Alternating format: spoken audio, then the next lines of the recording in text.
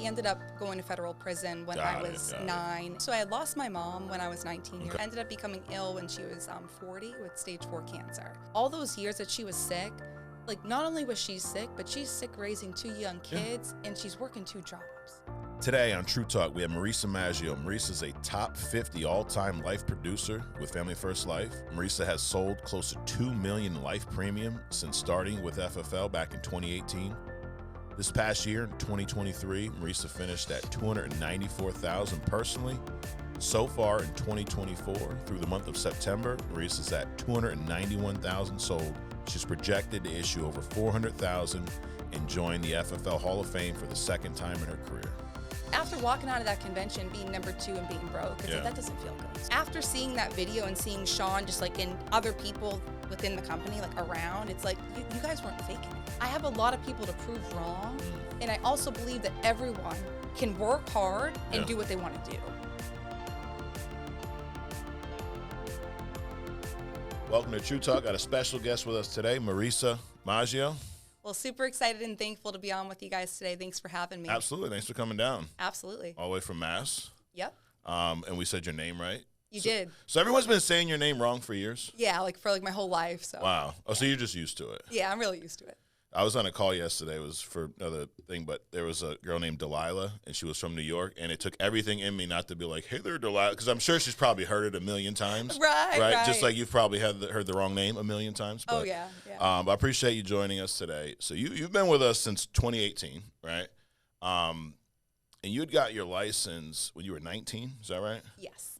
Which it's like that. I don't say it's abnormal, but you know, a lot of us in our 20s or whatnot. What at 19? What attracted you to life insurance? So I had lost my mom when I was 19 years old, and it was kind of like an odd stage in college. People were like, "Oh, take some time off," and that never really like helped me like to sit home and take time off and think about my problems. So I was like, maybe I should just kind of ramp up school. Got school done. I graduated. That's what my mom really always like wanted to see for me. So I was just, happy I got that part kind of checked off the list, so to say. And I was like, now I'm graduated. What am I going to do with myself? I'm a loser. Like that was my actual sentence to my sister. That's what you thought, for real? Yeah, I was like, I'm a loser. I graduated like a month ago, and I don't have a real 6-figure income job. And I quote. Like, and now hearing it in the back, I'm like, that's really funny. Like, so what I did that same evening, I went on Craigslist at the time. Okay. And I applied to a couple positions. I worked in the service industry, so, like bartender, waiter, all through college and before that.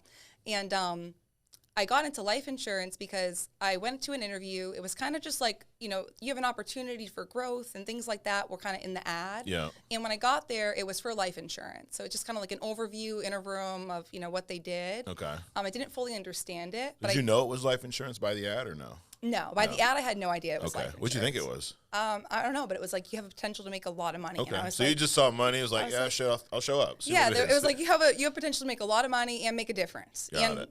A leadership position. I was like, all right, let's just see what happens. Yeah. So I showed up, liked kind of what they had to say from what I understood at the time, anyways, and.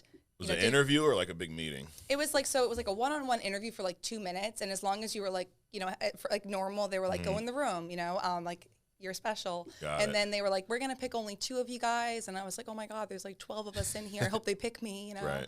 And lo and behold, they did, because they picked probably all 12 of right, us, right. But that's okay. Yep. Didn't know it was really like commission based, but got into it and just was like, you know what, this looks meaningful and purposeful, and I think it's something that my mom would be proud of me for. Okay. So I was really kind of in that vulnerable state too of losing mom, that I was like, what would she be proud of me for? Right. And I think that was a big one. You were raised pretty much by your mom, right? Yeah, she was like almost acted as like mom and dad. Got it. Yeah. And when you went to college, what was your goal there? What did you study? What did you think you were going to do?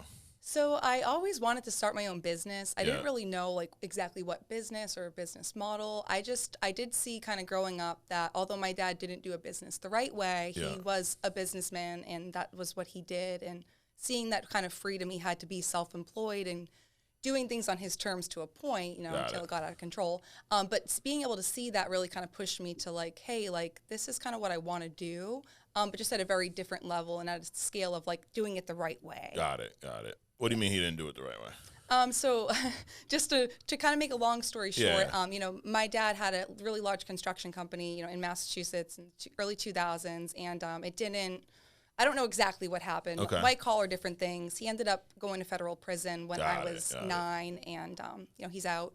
Okay, so you kind of saw both sides. You saw what you could do with a business, and then what you could do if you don't do things the right way. Correct. So that was kind of a big eye opener to me too, and also just wanting to prove, I think, like to myself, like you're not your dad. Yeah. So that was a big thing. Got it. And then he got locked up. You at what, 9 years old? 9. Yeah. What was that like? I mean, it was almost like, like when, because it was federal, so like when that's happening, you almost kind of have like this anticipation buildup. Yeah. But my mom did a really great job. I think if you can, as a parent, do a great job of almost helping us understand, like, hey, it's not your fault as children, first of all. Second of all, you're not your dad. But third of all, like, this is what's going to happen, and like, but it's going to be okay. Yeah. And like, it's going to be okay, like, not only for you, but for me, for your sister, like, for your father, like, just kind of really like almost minimizing things. Wow. And that was kind of the biggest time, the first time in my life where I saw minimization is a huge skill that you can have, because if she didn't, I don't know what I would have thought. Yeah, I mean, just talk about providing a perspective and being in a position. Like, you were 9, your sister was how old? 11. 11. I mean, it's a lot to deal with, from your mother's perspective, but to be there to, because you're dealing with that. And as a kid, I think it's natural to almost take some blame, even though you did nothing, but like, that's my dad, that's my mom. And for her to kind of just, set that perspective for you is amazing. And then, so she raised you guys up until you were in high school or in college. Did she have life insurance? She did have life insurance. She had enough as what she qualified for at the time that she got sick. Because she ended up becoming ill when she was 40 with stage 4 cancer. Got it. Breast cancer? Yes, breast cancer. Yeah. Gotcha. They gave her 6 months to live. She ended up living 11 and a half years, which I'm forever grateful for. You gave her 6 months and she lived 11 and a half past that? Yeah, and it just goes to show you, too, like, if you think you can or you think you can't, like, And, like, I think my mother felt like it wasn't an option to leave at that time. Wow. Yeah, how was her mindset when she first found out about that news? Yeah, so I mean, I remember her breaking the news, to me, and I mean, I don't know how you can really do it. It took her long enough. Like, I will say that, Mom, God bless you, I love you, but like, you could have told me earlier. But her bringing that news to me, I mean, she never told me or my sister at that time that she was given those 6 months to live. Yeah. I don't know that that's something you can tell your 9 and 11-year-old. Right. Yeah. But she explained to me, like, that she was sick, but she was going to be okay, and she was going to fight the fight, like, not only for herself, but more importantly, like, for me and my sister, and that meant the world to me. And just knowing and seeing her go through that was difficult, but knowing that she was willing to fight for it was amazing. Wow. It's crazy. I mean, everyone goes through stuff, right? And it's like you can live in the almost depression of the moment, right? Or you can learn from these experiences. You can't change what happened, but think about all the lessons in everything you just said. And you talk about life insurance, almost like a natural progression, right? Like, you got to see a lot of things. Number one, what happens if you get life insurance when you're not healthy, what you can actually get, but also the importance of having something. Because how many times we meet a client who's like, hey, listen, I had a heart attack 2 years ago. If I can't get, $2 million, I'm not getting nothing.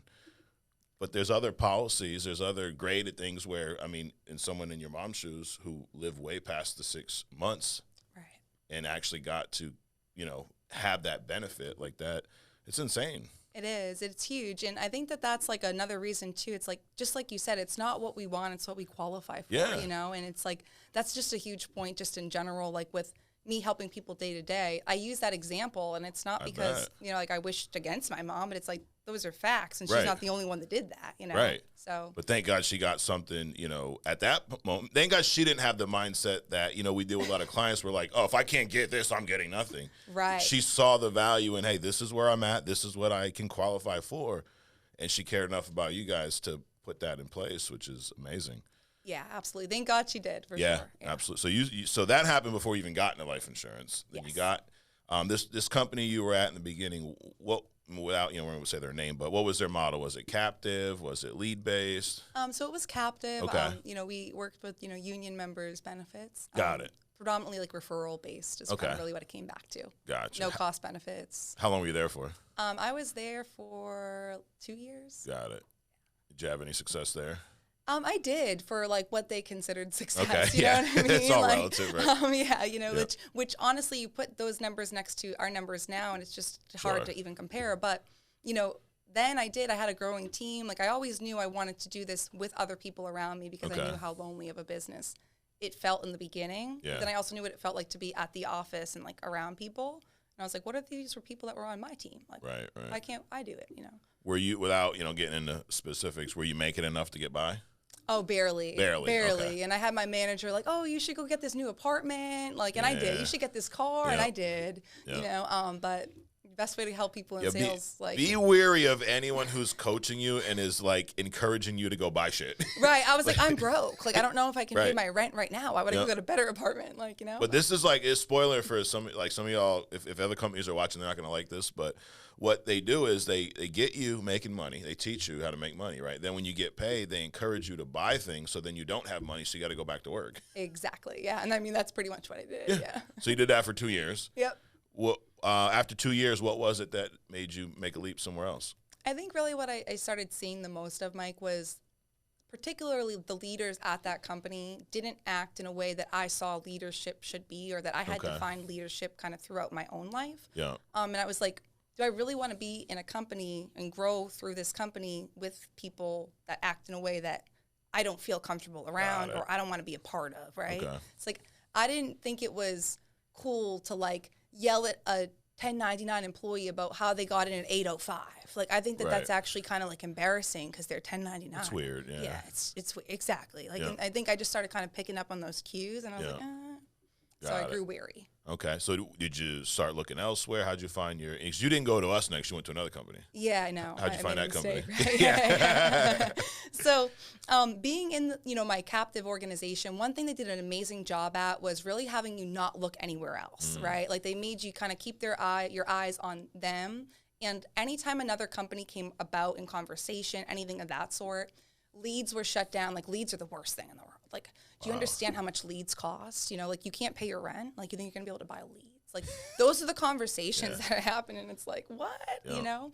So after kind of leaving there, though, I found the IMO world, I guess we could say. Okay. And that was a beautiful thing because I didn't know, like we talked about kind of at the beginning, that there were even products out there that would cover people who had cancer 5 years ago because the company I worked with didn't, right? So it was like you only sold their products, right? Which they probably only had a few. Right, like literally like 3 products, like, like accidental whole life term. And it's like, that's just not going to fit everybody, you know? Right. So telling so many people over those 2 years, like, you're uninsurable. Like, that's what we were trained to do. Wow. It's like, that hit me when I saw, like, so you're telling me anybody can get corporate, right? Like, it's like, okay, like, I made a mistake the last 2 years, right? But it opened me up to the IMO world, and I was at my, second practice company, and we got started. How long were you there for? It was short-lived. I was there like a year and a couple of months. Okay. Yeah. What was the transition like? Because prior to that, everything was referrals, right? So now they had leads. Yes. You're calling on leads for the first time. Was it direct mail? I mean, how? At that time, it was direct mail mortgage. Okay. And the way I actually saw it kind of happen was somebody that I worked with at my prior company was going into the IMO world. Okay. And was like, you know what? I just bought these leads, picked up the phone, called the first lead in front of me. Like, they had just printed. I watched them do everything. Yeah. And I was like, this is fake. Like, I literally was like, this is You're like, fake. prove it. Yeah, literally. So they called. They're like, hey, Larry. And Larry's like, I'm calling about your mortgage on 123 Main Street. Call about the form you filled out. And he's like, yeah, come over. And I was like, yeah, what'd you think when you heard that? I was like, is Larry lying? Like, like, Larry wasn't lying. I'm pretty sure he bought. But, it opened my eyes to, like, leads do matter. Yeah. You can have a referral base, and that's awesome. That's kind of like the cherry on top, if you will. Right. But, like, leads are they're a must to get moving quickly in this business and becoming profitable. So how'd you do right off the bat? Honestly, I was loving it because I was so used to calling people and, like, beating around the bush and then going in, like, your home, Mike, and I would be like, giving you this no cost benefit and then transitioning to life insurance. And it's like, now I just got to go in and, like, shoot you straight. Yeah. Hey, Mike, I'm here for the life insurance, the form you filled out. It's refreshing, right? I mean, because really what you were doing before is a bait and switch. 100%. I'm coming to give you something free, but I'm really trying to sell you this. Like, how long was your average appointment in that first company? So long. Oh my gosh. We had videos that the people had to watch, or they told you lost like points, you know what I mean? Like, they would be like, you skip video 2, and it's like, okay, dude, like, it's 20 minutes long. But with the videos and everything, literally like an hour and a half, even on a no close. So hour and a half regardless of what happens. Like if you close, what is it, like another hour? I was going to say add an hour, depending on how fast or slow the software is moving. So you get, at max, 3 people a day maybe? Exactly. So it's you're really slimming your chances down. And then when you went to this new company with Lee's, what was your average appointment early on? How long? Yeah. 40 minutes. Yeah. And it was oh my God, I just got to go in there, talk to them what they needed to talk about, do it, and move on. Yeah. What was your compensation there? My compensation walking in the door was 50%. Okay. Was that higher than the captive agency? Yes. I'm happy you asked that. Captive agency at that time, we started at 25.5%. Wow. But like what you were saying earlier, that's all you knew, right? Yeah. I was this is great. Yeah. 25.5. I'm I don't even know what that means, Come to find out, it's really not good. If you're at 25.5, leave. I remember first year we started, obviously with the comp we offer, there was agents coming from everywhere. And we had heard that this was the message that these other companies were saying online to keep their agents there. They would tell you, hey, Marysa, you're not professionally ready to be at 100% comp. What in the world does that mean? Right. So you're not professionally ready to get paid more on your own policy that you're the one selling? Right, right. Or maybe the person above you is just not professionally ready to give up some compensation. I was going to say to give up that override. Exactly. Mm-hmm. But that's the stuff, it's brainwashing. They condition you to think that 25% is great. You should be on your hands and knees thanking me for giving you 25%. Right. So then you moved over to this place, 50%. So that I bet at the time seemed oh my God, that's insane. I just doubled my income. Yeah. Yeah. 100%. But you were only, you said about a year and a half? Yeah. What happened there? So there, again, it was a great opportunity to kind of learn about the IMO space, learn about, different products, things. But also it was a great opportunity to learn about what to stay away from in the industry. And I think that opened my eyes between working there in my practice company of who can you actually trust, who actually cares about your well-being, not above theirs, right? But just actually cares hey, you're going to come in here and get, done what you need to get done. And really what I realized at that company was there was leadership, if you will, but it was lacking in a way of we're just going to tell you whatever you want to hear. We're not going to lead the way and tell you this is what you should be doing, or you could have done better here. And when no one there's can placating you. Yeah, it's when you can't give me any feedback. It's that's really concerning because I could give myself feedback in the whole way in the car ride home, Yeah. So it just got to kind of a point where I was feeling I was a top. This is what happened. This was kind of my drawing point there. I was at their national convention. And I didn't even know I was number 2 in the company that year for personal production. Okay. And I was that's cool, awesome, cool. But what I did know was in my bank account, I didn't even know if I was going to be able to keep the hotel stay. I was am I going to if anything else charges that card, I was literally checking my bank account every 5 minutes. I was worried. I'm asking my sister to send me money, and then I'm getting called on stage as the number, and it's it's a shitty feeling. Yeah, it's I'm broke, and I'm being paraded around as if I'm not. And you have to pretend like you're not. Right. I've been there. I was prior to this company, before we started Family First Life, I was the number one. Transamerica used to be monumental. When they first came out with their final expense product, I was the number 1 agent in this contest. I won hotel rooms, for a convention. They paid for my rooms. It was down in North Carolina. And I'm the number 1 producer there. I was top 10 in the company, and I couldn't afford a plane ticket.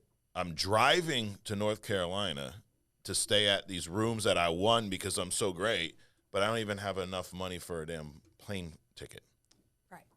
But you go up on stage, they give you your little ring and your trophy, and you're smiling like you're making money, but you're not. Right. It's sad. And it hits you, and it's almost you feel. I felt like a liar. Absolutely. You know what I mean? I'm lying right now, to all these people. Yep. And that's kind of when I was okay, I think that's the worst part is you got people sitting in the stands looking at you oh, I want to be in her shoes, and you're bro, you actually don't. You definitely Matter of fact, don't. run. Right. I work real hard this year, and I can and I'm worried. So Got it. So was that kind of the turning point that made you look elsewhere? Or? Yeah, that was kind of the turning point that kind of I was just you know what, I don't there's just I found that opportunity, there's other opportunities, but this time, Marysa, if you're gonna stay in the insurance space, let's not make a mistake of going somewhere that you don't feel it's going to be a long-term good fit. Got it. So would you say you knew what to look for after now going to these 2 different companies, very different, But you knew what you didn't want, at least. Yeah, 100%. I knew what I didn't want, and I knew, I feel like I knew the places that I needed help within, if that makes sense. So okay. That was huge. When did you first find out about Family First Life? Were you back when you were at this company or when you're getting ready to leave? So it's funny that you bring that up. So when I was first getting started at that company, again, new to the IMO space, there with, a friend that also came out of, practice company. And really what I realized was, Mike, I just lost my complete train of thought. That's all right. When did you find out about Family First Life? Okay, yes. So I'm happy you asked that because when I found out about Family First Life, I had already now signed my contract at that company. Okay. And I saw this video of Sean, and I was like, who is this guy? And I was like, he's doing the same thing like we're doing. Yeah. And then I started looking at like the comp, and I was like, they're getting paid way more. Then I was like, damn, Were you still out of 50? Yeah. So you're number 2 producer. No. Oh, okay. I'm sorry. This is like when I first got started. I gotcha. Yeah. So that's when I first found out about Family First Life because I was on like maybe like I should be there. So I called my upline, which I know now is stupid, and they talked me out 81 reasons why Family First Life was the wrong place to go, right? Because that's their job, right? Yep. But at the same time, I think after seeing that video and seeing Sean just like in other people within the company, like around, it's like you guys weren't faking it. Right. And that's what I felt when I first watched that video. So it was like, hey, like if you're going to give it a shot, do your research. But all the research I did pointed back to like, no one's going to shoot you straighter than this dude seems like he's about to, Yeah. So that was kind of like why I was like, okay, let's give this a try. Got it. So I got a call from somebody. Wait, from the time you saw that video to the time you joined us, what's that time span? A year and a half. Okay. Yep. Got it. So it was really early on when you... Yeah, I was basically like, hey, I think I want to go to Family First Life. And they were like, no, you don't. This is why. And like, you already signed a contract. That was the first thing they said to me. And then I was like, and they were like, well, this is why you don't. And I was like, okay, all right, I didn't even remember what they said, but it wasn't true. So what finally pushed you over the edge so you're like, I'm leaving, I'm going to FFL? So coming back from that convention, there was a day that I was just like, I was trying to just put myself in a better situation, so to say, like leads-wise, financially, profitability, because after walking out of that convention, being number 2 and being broke, it's like, that doesn't feel good. So I'm like, it's me. Like, like I wasn't confused. Like, it was me. There's things I definitely could have done better. But, like, what was it that I could have done better? So walking out of that company, I think the biggest thing I walked away with was knowing what I needed for myself. And when we can figure that line out, it's like you kind of figure out where you need to be for not only you, but for like your future self. Right. So. Yeah. That's the thing is wherever you're at, they're going to make it sound like it's all your fault. And it's tough because a lot of it is your fault, right? Like 100%. That's one thing I love about our industry and our company in general. If you do well with us, that's on you. If you do bad with us, that's also on you. Right. Because we all have the same tools. We all have access to leads. We all have access to the same carriers. We all have access to the same training. But if you decide to utilize more of the tools and to work more than me and do better, that's on you. But what you have to do is step back and analyze, well, what do I have for tools? And in our business, tools are your compensation, your carrier, your training, right? Like I was a carpenter for years. If you had a nail gun and I had a hammer, odds are you're going to get shit done quicker than me. Right. So I could be the best carpenter in the world, but if I'm out here, banging shit together with a hammer and you got a nail gun, takes you 3 seconds, you're going to get things done quicker. Yep. Doesn't mean you're better than me, means you have better tools. Same thing here. We have higher comp. I'd say it's a better tool. Yep. Why is that a better tool? Because when you meet with your client, who's making the sale? You or your upline? You are. You are. Yep. So who should keep most of the commission? You should. You. Yep. So this whole, you're not professionally, I don't know what that means. It's weird. Right. So weird. Recruit more people. Then you won't be professionally ready to say stupid things like that. Right. Maybe. But it's the tools. So you decided after a year and a half, I'm going to make this jump. What was that like?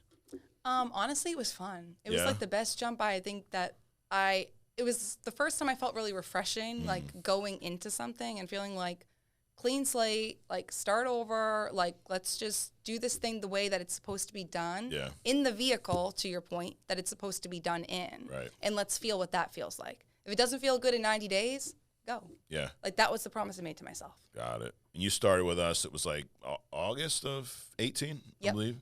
August it was like 70-something thousand your first year. What was your best year at your previous companies? As far as issue paid goes. As far as issue paid goes, in my previous company, best year was 404. Okay. So you sold over 400K. And that was, obviously, like you said, that was the year you were number 2? Yeah. Got it. Yep. So with us, first year 73, you started off mid-year. Second year 194.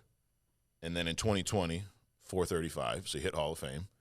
331 the next year, 298 in 22, 294 last year. But here's what I like to see is right now we're in, October. This is as of the end of September. You're at 291. You're 3,000 less than what you did the entire year last year. Right. And we still have the whole fourth quarter to go, right? So I would assume you're going to hit Hall of Fame. Yeah, Not to put you on the spot, but to put you on the spot. No, put me on the spot. All I right. will hit Hall of Fame. Marysa will be in the Hall of Fame again this year. 100%. What changed this year? You're already at what you did the entire year last year. I think a lot of it came back to, like, I used to give myself insert excuse in terms of, you know what, Mike, I'm building my team right now. So, like, I'm going to focus on building my team and not my personal production. Got it. And when that happens. It's like the biggest lie in the world. I was going to say, I realized, Yeah. like, it was exactly that. And so you see the numbers kind of fluctuate quite a bit in my personal production. Yeah. But a lot of that, honestly, quite frankly, goes back to the excuses I was giving myself. Like, and I can be honest enough to be able to be like, I was stupid. Like, Yeah. You know what I mean? Yeah. And now this year I told myself, like, hey, stupid, like, you're going to do both. You're Yeah. going to do both because it's not hard and you can do them interchangeably. And quite frankly, it makes more sense. If you're already doing it, why not let other people hear you, listen, and, like, Right. learn alongside you or on Zoom? It's like, it only makes sense, Yeah. So for a time, I guess some of these years when your personal production went down, would you say that your team volume probably grew? Yes, 100%. So you at least told yourself or believed that fallacy of, I can't do both at the same time. Right, because I'd be like, oh, well, Mike, the team's growing, so obviously I'm doing the right thing. Right. It's it was like me magic, right? Yeah. And it's like, I really have truly, like, I'm not the magic, you're not the magic, like, Right. whoever's going to do whatever they're going to do it. Just like you said, we got that tool belt, however we're going to use it, we're going to use it. Absolutely. So what are you doing differently now to keep them both growing?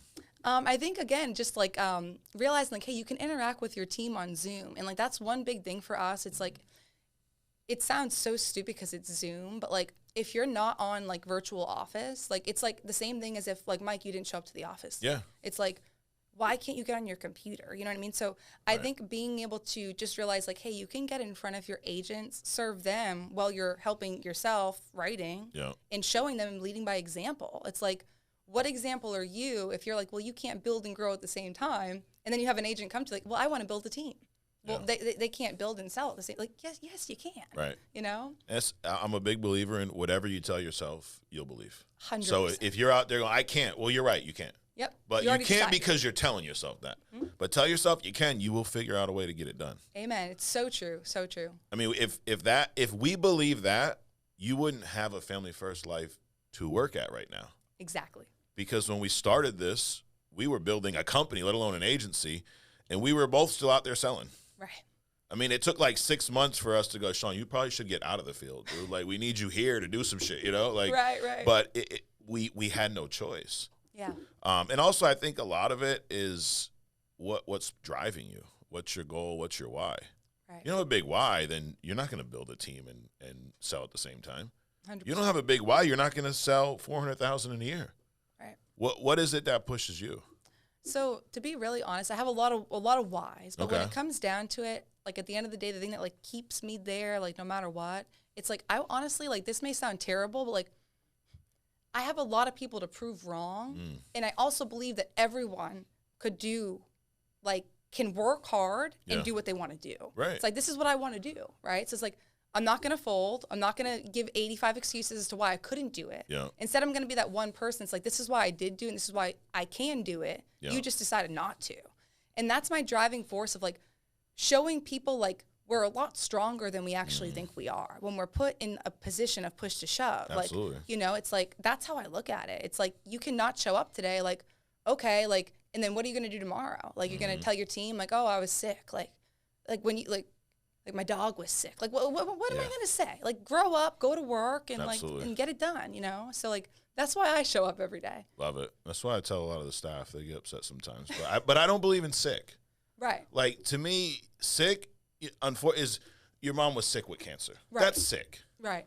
If I got a stuffy nose or a fever or, oh, my God, my back aches, you're not sick. Right. Get off your ass and go to work. Yeah, exactly. And, Mike, I think a lot of that comes from, honestly, seeing my mom, like, all those years that she was sick, like, not only was she sick, but she's sick raising 2 young kids, and she's working 2 jobs. It's like when I think back to that now, I'm like, Marysa, shut up and call your leads. Like, you know she was I mean? doing that. Like, here I am, I'm sniffling, and I'm thinking about not dialing today. Have some respect for yourself. Literally, you know, and I bring myself back to moments like that of like, dude, like, remember when like your mom used to get home at 9:30 at night and she was sick with cancer and, you know, like she still got it done? Yeah. Like, what's your excuse? Right. You know, and I think that at that point I don't really What was she doing for work? So she was what they refer to as a plant facilities manager for the town of Andover in Massachusetts. Yep. So she loved her job. She took so much pride in just like children, giving back to the community, and like helping essentially build like good infrastructures like within the community, if that makes sense. I remember one of her last like kind of goals that she was like so excited about was she opened up she helped open up this school in Andover, and it was like she was just so proud of it. And I remember just being like, I'm so proud of you. And it was like one of her last accomplishments. But it was huge. Yeah. She loved giving back. Absolutely. Well, it sounds like, obviously I never met your mother, but it sounds like she'd be very proud of what you've done and what you continue to do here. And that's awesome. Thank you. And it's like, you know, we all go through shit. I said this earlier, right? We all have things that you could either look at as an excuse to not do things. Because I don't think that, you know, if you said at 19, listen, my mom just died, you know, my dad didn't raise us, you could have sat around and felt sorry for yourself. You could have done nothing for years. And most people around you would have been like, oh, poor Marysa. They would have understood, right? Right. But so you could do that, or you could do what you did and go, you know what? Because I saw this, because this is who raised me, I'm going to go out and do this. Right. Exactly. It's your choice. You make that decision every day. Yep. Like, we all have that choice. And I think that once we realize, like, all that is taking that power back, it's like you dictate what you're going to do from there forward. I would assume you probably do a lot to keep your mind right? It doesn't just happen. Yeah. You know, what are some of the things that you're doing on a daily to make sure? Because even though, yes, you had this when you're younger, it doesn't mean stuff today doesn't go, right? I mean, we all have shit every day. Right. You have relationships, you got family, you got work. There's always going to be things that, like, there's always something, right? Right. What do you do to keep this right so that when those things do happen, you can navigate them properly? So I think a lot of the things that I've had to realize over the years is I used to be like a master in like maximization. Like I used to be like very dramatic as a kid. As I got older, I feel like how you put that, master in maximization. Sounds nice, right? Like it's like, but it's not. Right? It's like the worst masters you can have, right?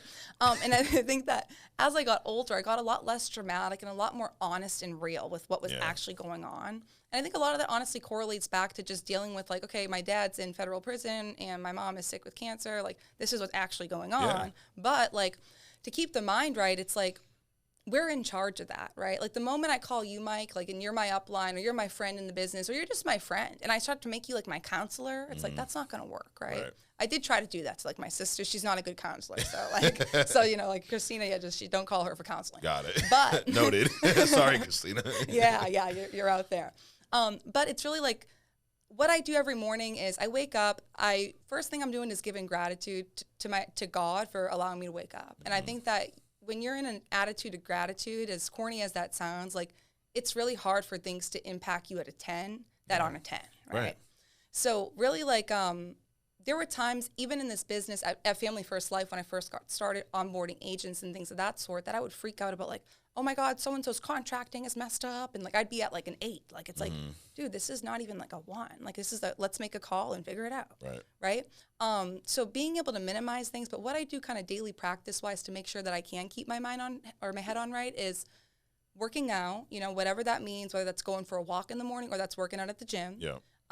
Making sure, because I'm doing telesales now, that I do leave the house. Like, I need to leave the house before I start my day or I just don't feel right. And journaling is huge for me. I think if we don't know kind of where we're at, then it makes our lives a lot harder, just generally speaking. So just being able to kind of write down, like, you know, my intentions for the day and a couple things I'm grateful for. And those are the things I will not mess with, my non-negotiables in the morning. Like, I'll wake up at 2 a.m. to make sure I can get those things done. Because if not, I know my mindset can kind of go for a tumble midday, and that's not good for anybody. Right. Got it. That's awesome. What's one of the biggest things you've learned since your time joining this industry? I think one of the biggest things I learned since joining this industry is you have to take people for who they are, and you have to be willing to communicate. I think a lot of like the world's problems could be solved if we were all willing to communicate just that much more. And I feel like my relationships with my age, my relationship with family, friends, et cetera, have gotten better because I've been more willing to dive in on like the what's going on or like why is this happening and just being that much more direct. Yeah. Because if I don't know why my friend's upset at me and now I get upset for a month about it, it's like, what are we doing? Right, just ask. Right, like just ask, what did I do? Yeah. Like you mad at me? Like what's going on, right? So I think just realizing like there's a lot that can come out of small communication. Yeah, absolutely. And if you just do it and like you get uncomfortable, you make the call. Like I always say this, like sometimes my agents will be like, what do you do when you don't want to dial? I'm like, I dial. Yeah. Because I don't want to. Right. So I'm going to just try to bang it out. Yep. It's kind of that same thought process, you know, of just like get it done. Mm-hmm. Like get it done now. Right. Like you mentioned working out. I think the hardest thing is getting to the gym. Right. Once you're there. Once I'm there, I'm like, I'm not going to like, you know, play around and take a nap. I'm going to get shit done. But it's the idea of like, you'll come up with every excuse. Oh, it's kind of late. You know, if I do that, I'm not going to have time. And then I'm going to have to rush. Going to the gym for 25 minutes is better than going for nothing. Exactly. But it's getting there. That's the, you know, the challenge. Once you're there, it's shit. Here we are. Let's do it. Right. Exactly. 100%. Well, this has been great, Marysa. I appreciate you coming down and doing this. We like to wrap up with some questions that have nothing to do with life insurance, so just some fun stuff. Maybe fun. I don't know. Are you a movie person, music person? Like more of like a music person. Okay, yeah, I can see you like jamming out in your car, heading to an appointment or something. 100%. Do you have any guilty pleasure songs you listen to? I listen to a lot of like Little Baby, which like, really? Yeah, okay. Yeah, which I blame Rami for. It's Rami's fault. Yeah. Yeah, it's Rami's fault, but got you in a Little Baby, have you? Right. Yeah. You know, I'm not proud of that, but that's got it. but he is good. Right? Okay. I'm like, yeah, I should check him out. Do you have a favorite album of all time?